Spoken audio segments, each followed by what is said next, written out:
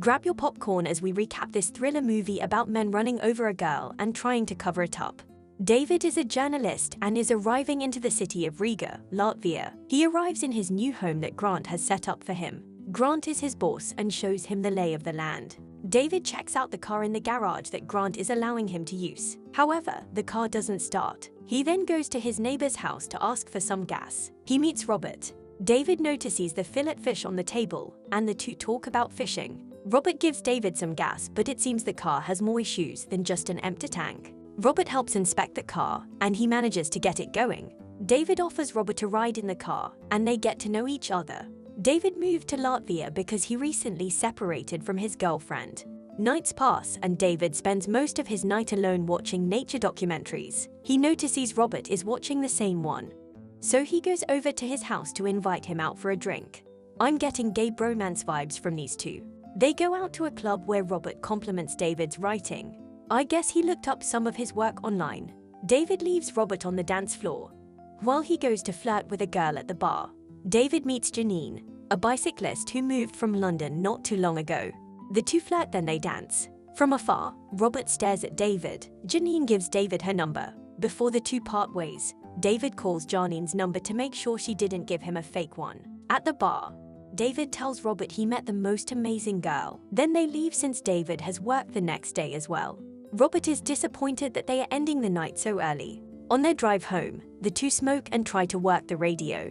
They are distracted and David manages to hit a bicyclist. Turns out the bicyclist is Janine. David is shocked, but Robert moves in to help since he's a nurse. He does CPR, then pronounces her dead. David is shocked and annoyed that there wasn't a designated road for bikers. Robert tells David they have to leave because he'd been drinking. It would be considered murder.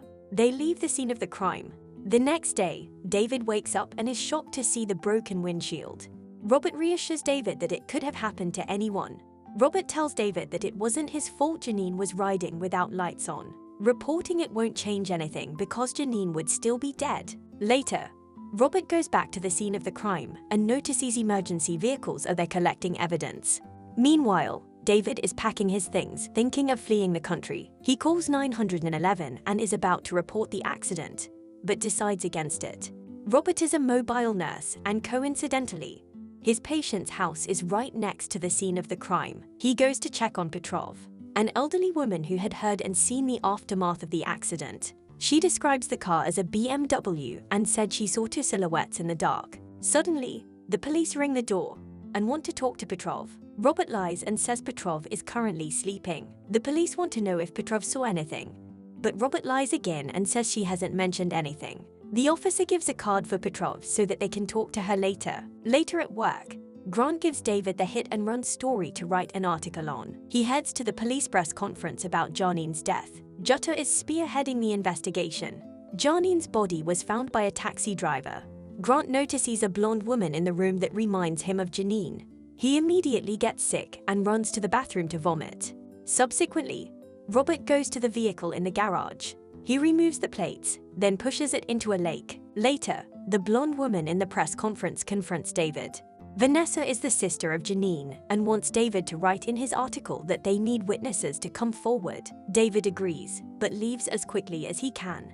Back at the garage, David realizes the car is missing. He's shocked that Robert took care of the car. David admits that the police know nothing so far. However, he wants to turn himself in. Robert tells him that a hit and run in Latvia can put him away for a long time. Robert then tells David to report the car stolen tomorrow and to try to get their stories to match just in case. They decide they'll lie and say they took the tram.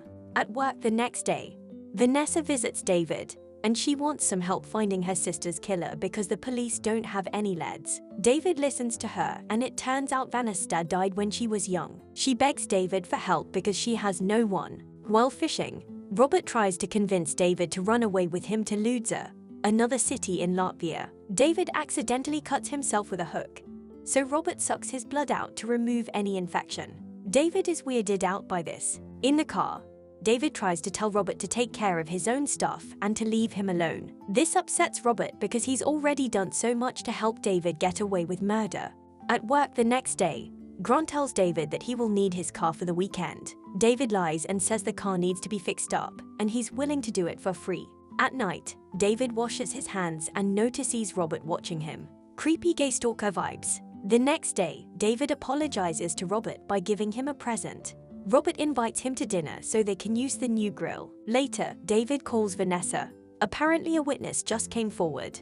David tells Robert the news of this witness immediately. Robert thinks the witness is Petrov, so he pays her a visit. He tells her that her blood work came back with low magnesium levels, so he has an injection for her. When David goes to see Vanessa, she finds out the witness ended up getting a heart attack and wasn't able to reveal what she saw. After this, David tells Robert the bittersweet news. But he also lies to Robert, saying he can't make the dinner plans tonight due to work-related issues. Robert goes to David's job to bring him food. However, David isn't there. He is out enjoying sushi with Vanessa instead, so Robert leaves the food with Grant. Robert then stares at the two eating dinner together. Vanessa feeds David her last piece of sushi. When they go back to David's rental car, he notices someone had vandalized the hood of his car with rocks. Vanessa decides to walk home since she's only 5 minutes away. Creepy Robert decides to follow her in the alleyway. Vanessa notices him, so she starts to walk really fast. She is able to go into her building just in time. The next day, Vanessa and David attend Janine's memorial. Robert is upset when he finds out about this. Robert says women always find out about everything, then gives him a newspaper article about Janine's disappearance. Days pass and David has been trying to ignore Vanessa. However, Vanessa can't get enough of him, so she pays him a visit. She admits to feeling connected to him. Later, Grant gets a surprise phone call about his stolen vehicle. He's shocked to find out his car went missing. Grant goes to his house to check on the car. In the garage, Grant notices some yellow debris where his car should be. Suddenly, Robert is right behind him. Meanwhile, David and Vanessa were just getting it on. Unbeknownst to them, Robert is just downstairs outside Vanessa's building. The next day, David and Vanessa are on a little trip to go kayaking to pay tribute to Janine. David is shocked to see Robert talking to Vanessa. Robert and David get into an obvious argument. Then later, when David and Vanessa think they've gotten rid of Robert, he comes from behind to ask intrusive questions about Janine. This pisses Vanessa off, so she starts paddling away. Robert paddles quickly behind her, while David slowly catches up.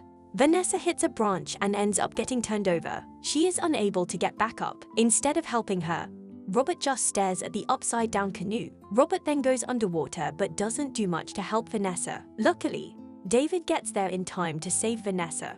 Afterwards, David is upset with Robert. He tries to threaten Robert, but it doesn't work. Later, Detective Jutta is there to question David about the stolen vehicle. David admits he was at the same club as Janine that Thursday night before the hit and run. Then, they reveal phone records that David had called Janine's phone number at the club that night. Vanessa is shocked to hear all of this.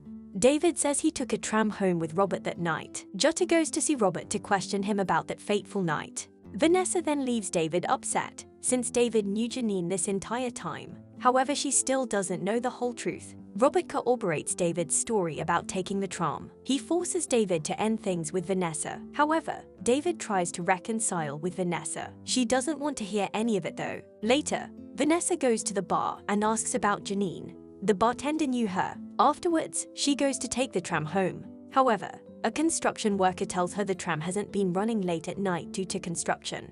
They've been doing this for over a month now.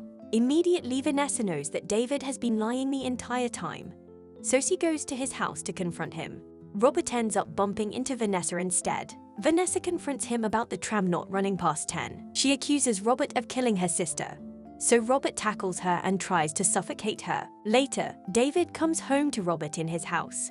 Robert gives David a gift of 2 tickets to Ludza so they can run away together. David doesn't accept this and demands Robert to get out of his house. That same night, David tries calling Vanessa, but Robert has her phone, so he answers the call. He doesn't say anything though. Later at work, David starts to suspect that Grant's disappearance is connected to Robert's psychotic self. David notices the dinner that Robert had left for Grant in his office. Subsequently, Robert uses a stranger's phone to report a crime. Then he calls David using Vanessa's phone.